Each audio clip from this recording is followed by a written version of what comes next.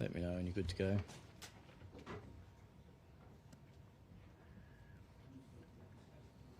Todd Smith, Bureau of Meteorology. Good afternoon all.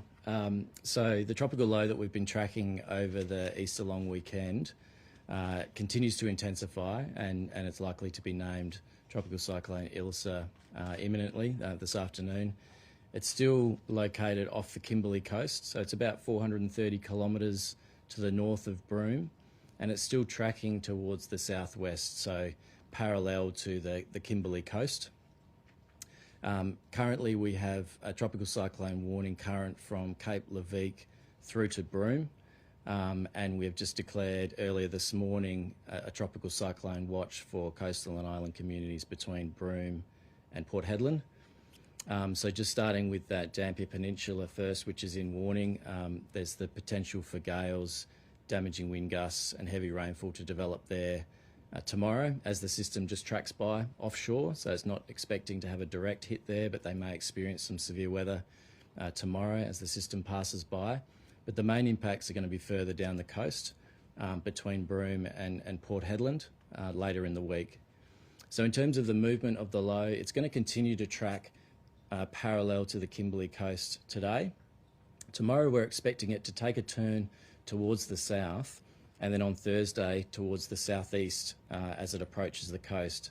The most likely location is in that kind of 80-mile beach area, but we're certainly just really urging residents all the way between Broome and Port Hedland to keep a close eye on this one. There's a high chance that this cyclone will reach severe cyclone intensity before it crosses the coast. The latest track map has it as a Category 4 cyclone when it does cross the coast.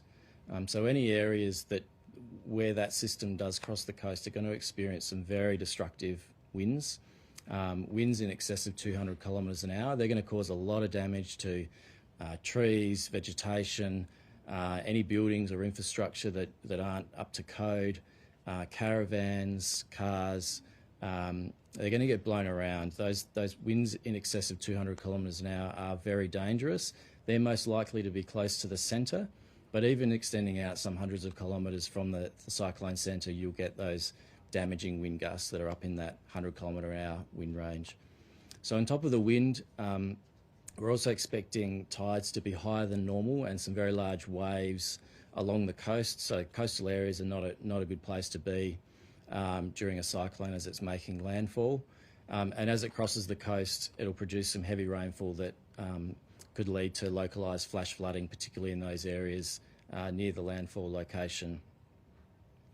As the system moves inland, I did want to emphasise that the damaging winds and heavy rainfall that could lead to flooding could extend many hundreds of kilometres inland. So places like Telfer, if they're right in the firing line of a system like this, could experience some damaging winds, heavy rainfall that could lead to flooding. That's as we go into Friday and over the weekend. So communities, even though you might be well away from the coast, inland communities of the Pilbara should really be paying attention to this one as well, because if it does track over the top, it could cause some damage around town. Finally, as the system does track over land, we're expecting a lot of rain to be dumped into the De Grey River catchment in the Pilbara, upwards of 200 millimetres a day across that catchment. So we've had some sort of moderate flows in the De Grey River over the last week or so. So the catchment's sort of relatively wet. So we're expecting some really strong river rises in the De Grey River as a response to that. We've currently got a flood watch out for that part of the state. We'll transition into warnings once we start to have some confidence around the rainfall totals and exactly where that falls, but likely to see strong river rises and potential impacts on the Great Northern Highway for a few days after the system has crossed the coast. So just recapping, the system is almost at cyclone intensity now. We're expecting the system to reach severe cyclone intensity in the next couple of days before it crosses the coast somewhere between Broome and Port Hedland. So we're just really urging residents in that part of the world to start finalising your plans and be ready for what could be a significant impact. I'll just hand over to the Commissioner now. Thanks, Todd. So the Department of Fire and Emergency Services is continuing its preparations for the passage of this severe tropical cyclone later in the week. We continue to ensure we've got the adequate resources, both human and physical, up into Pilbara and the Kimberley to make sure that we're preparing ourselves as well as the community for the passage of this cyclone. In addition to the 26 personnel that left Perth yesterday, a task force comprising 6 additional State Emergency Services vehicles and drivers will arrive in Port Hedland tomorrow. Another 10 SES volunteers will arrive in Port Hedland tomorrow as well to support that task force. Additional essential supplies have been delivered into Bidjadanga community today, and they now have fresh supplies in terms of foodstuffs for the next 7 days, as well as fuel for the generator to keep the goods chilled.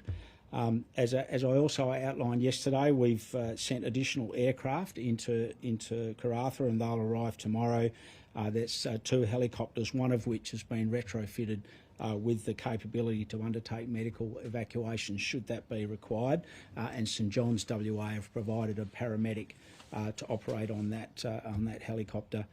We're continuing to contact remote Aboriginal communities that are going to be in the path of the cyclone and pastoral stations, mining camps and tourism operators to ensure that they remain informed. Obviously, the preparation activities extend out to members of the community, and we do implore people to make sure that they are adequately prepared if you're between Broome and Port Hedland for the passage of this cyclone. Make sure you've got your emergency kit in your household and that you enact your plan to make sure that you're keeping yourself and your family safe. In terms of your emergency kit, should include a battery-operated AM radio, torch, batteries, mobile phone and charger, first aid kit, any prescription medications that you need, and enough food and water to last for at least 5 days.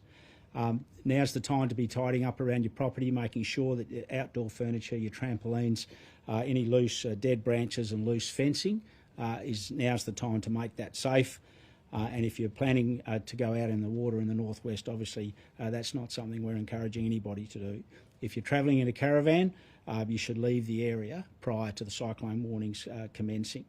I can advise that in terms of 80 Mile Beach, where there are 2 caravan parks, that their plan sees that once we go to a yellow alert, the caravan parks are cleared and everybody will be moving off either to the south or the north, and that should start occurring tomorrow. In relation to Wallal Downs, a pastoral station there, everybody that's at that station is planning to evacuate, and that'll be occurring over the next 24 hours. And also, as Todd mentioned, possible impacts to Telfer as the cyclone moves inland.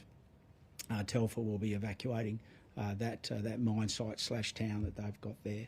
Happy to take any questions. Is DFAS liaising with airports about potential closures in coming days? Yeah, so that's something that's worked out between the airlines and the airports. Obviously, if there's any damage to any airport infrastructure, then that's a decision they'll make. But equally, in terms of airlines flying into those areas, that's a decision for them to make. What about that road between Broome and Port Hedland? Will that close at some point?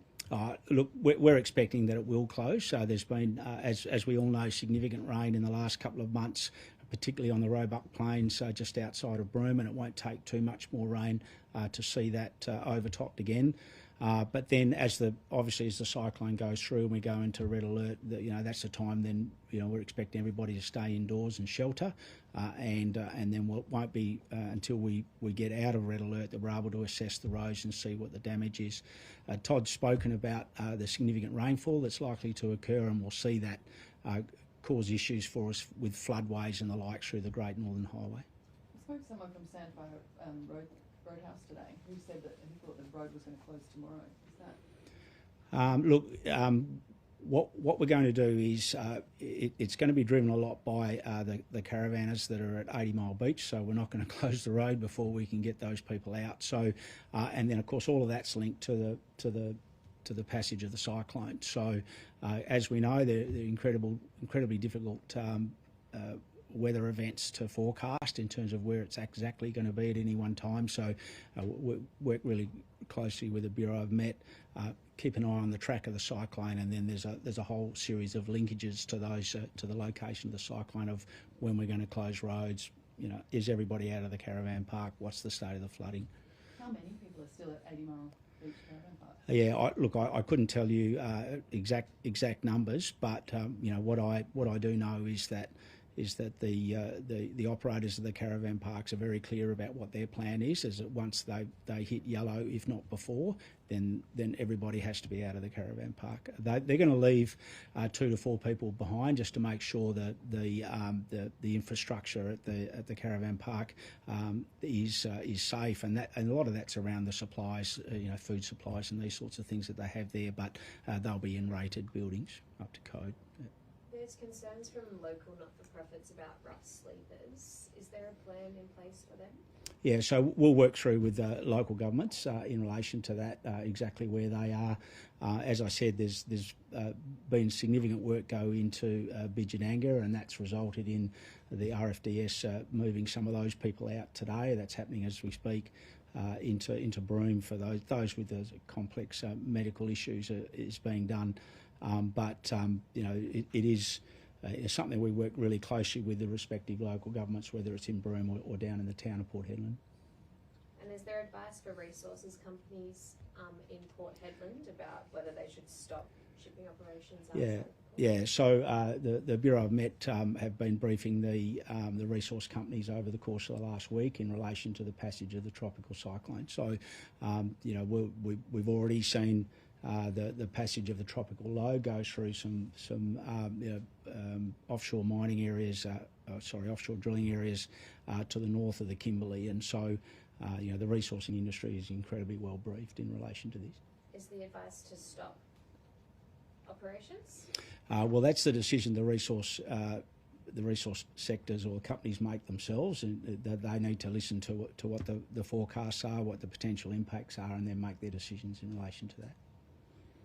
As the system sort of does move closer, sort of day by day, how is it looking now, and how big is this system in comparison to what we've seen before? Yeah, I said yesterday it's been 10 years since we've had a Category 4 cyclone impact the coast of Western Australia, and so many people up in the Pilbara and the Kimberley wouldn't have experienced that sort of impact. So it is an extra message there, I suppose, for the community to make sure that this isn't just another cyclone that's going to potentially impact the coast. People need to make sure that they are well prepared for winds in excess of 200 kilometres an hour, which is going to be significant, and then significant rainfall as the system moves through off to the east. So it's certainly going to be significant, and some of the key things that we can do right now is making sure that you're cleaning up around your home, around your property.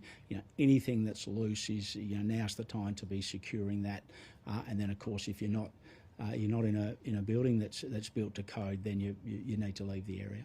And I'm talking specifically there around caravans. I can't stress how important it is that those people in caravans need to be out of that 80 Mile Beach area. A lot of travellers coming to WA, particularly school holidays, but also I know it's further south, but we've got the eclipse next week in Exmouth. Is there any sort of predicted impact there, or we've got people travelling in from overseas as well who might not be aware of what's going on at the moment? Yeah, so certainly those people need to make sure they're monitoring emergency WA, and that comes with all the road closures, the weather warnings that you'll get from the Bureau of Met, and of course making sure that whatever the trip that you have planned, if it's from here up to Broome, if it's from parts of the East Pilbara through to Exmouth, that you are informing yourself about the passage of this tropical cyclone, so that you can make sure that you get to where you need to go, and you don't get caught behind a road that's closed because it's too dangerous to be able to traverse that particular road. So we're not expecting this cyclone to have any impacts on the total solar eclipse, which is obviously great news for Exmouth, and equally, we're not expecting to see this tropical cyclone cause any significant additional rainfall falling into the Fitzroy Valley, and then any sort of potential flow-on impacts to Fitzroy Crossing. You touched on, I hope my pronunciation is right, Vidyadenka before. Close. Are there plans to preserve the electricity supply there? Yeah, so obviously there's a code that these sorts of facilities are going to be built to. As I said, fuel has been delivered in there, so that's really important to not only keep the power on to houses and the like, but also to keep the food supplies chilled or frozen, whatever the case may be. So that those supplies are not just food, certainly fuel as well to keep the generators running. How do you think the system will impact works to reopen the low-level crossing at Fitzroy Crossing? Yeah, look, we're not expecting the actual tropical cyclone system itself to have any impact on that low-level crossing. What we are seeing in relation to the monsoonal activity in the Kimberley, and in particular the Fitzroy Valley and perhaps the headwaters of the Fitzroy River, is that they're getting sort of 25, 30 mil rainfall events, which is keeping the level of the river up. I was up there last Wednesday, and at that point there was some confidence around being able to commence the reworks on the low level crossing over the weekend, over Easter, but unfortunately that water level stayed up, and now it's looking like it's going to be Saturday until the 15th until main roads can get back on there to put the gravel back on it. So perhaps another couple of weeks to go, I think, before we can get that low level crossing open again. And just quickly, just back on how you're notifying homeless people in the area. Yeah. One group said that you need to consider calling a blue alert sooner. Do you think that that's fair, or is that possible to do? Yeah, look, we put these alerts on when based on the best needs of the community, because that's what the alerts are for. They are to warn people in the community, be it a blue, a yellow, or a red, and if that's what we need to do, I'm sure the Department of Fire and Emergency Services officers that are in those regions will do that. I just had a question for Todd. Yep. I guess from the early predictions, it seems like it's taking a little longer to turn into a tropical cyclone. How the nature of it being slow moving, does that add to the strength that it builds over the ocean?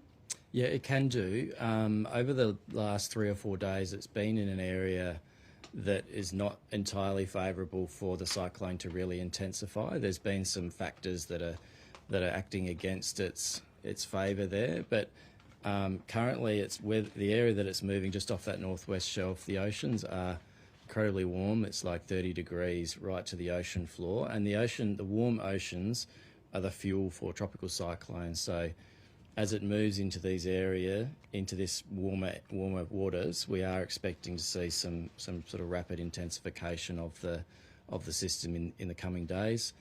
Whether the system's slow moving or faster moving, it doesn't have a huge impact on how fast it develops, but it's more just the conditions in the oceans and the atmosphere that are becoming more favourable in the next 24 hours.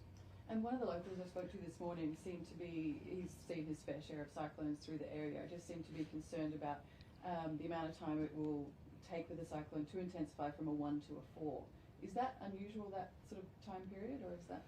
Yeah, so we are expecting it to intensify faster than what we might typically see, and that's because of those really warm ocean temperatures, and the atmospheric conditions are all really favourable. So typically it might take 3 or 4 days to get to Category 4 intensity. In this case, we are expecting the system to rapidly intensify, I guess, into a severe cyclone in the next couple of days before it crosses the coast. Does that make it more destructive? Not necessarily. I think rapid intensification, I guess, is a risk, because if it slows down and spends even longer over the water, then there's the chance that it could intensify even further. At this stage, our best estimates are that it's going to reach around that Cat 3, Cat 4 before it crosses the coast later on Thursday. Cyclone Ellie kind of hung over the land for a little while. Are we worried about that happening with Ilsa? No, this is a really different system to Cyclone Ellie. Ellie, yeah, as you said, tracked really slowly over the one area, and that's a bad scenario for flooding because you get a lot of rainfall accumulated over the one location. With this system, once it does that recurvature, it's really going to keep accelerating towards the southeast. There will still be some heavy rainfall through inland parts, but nothing like the sort of rainfall that we saw in the Kimberley earlier this year.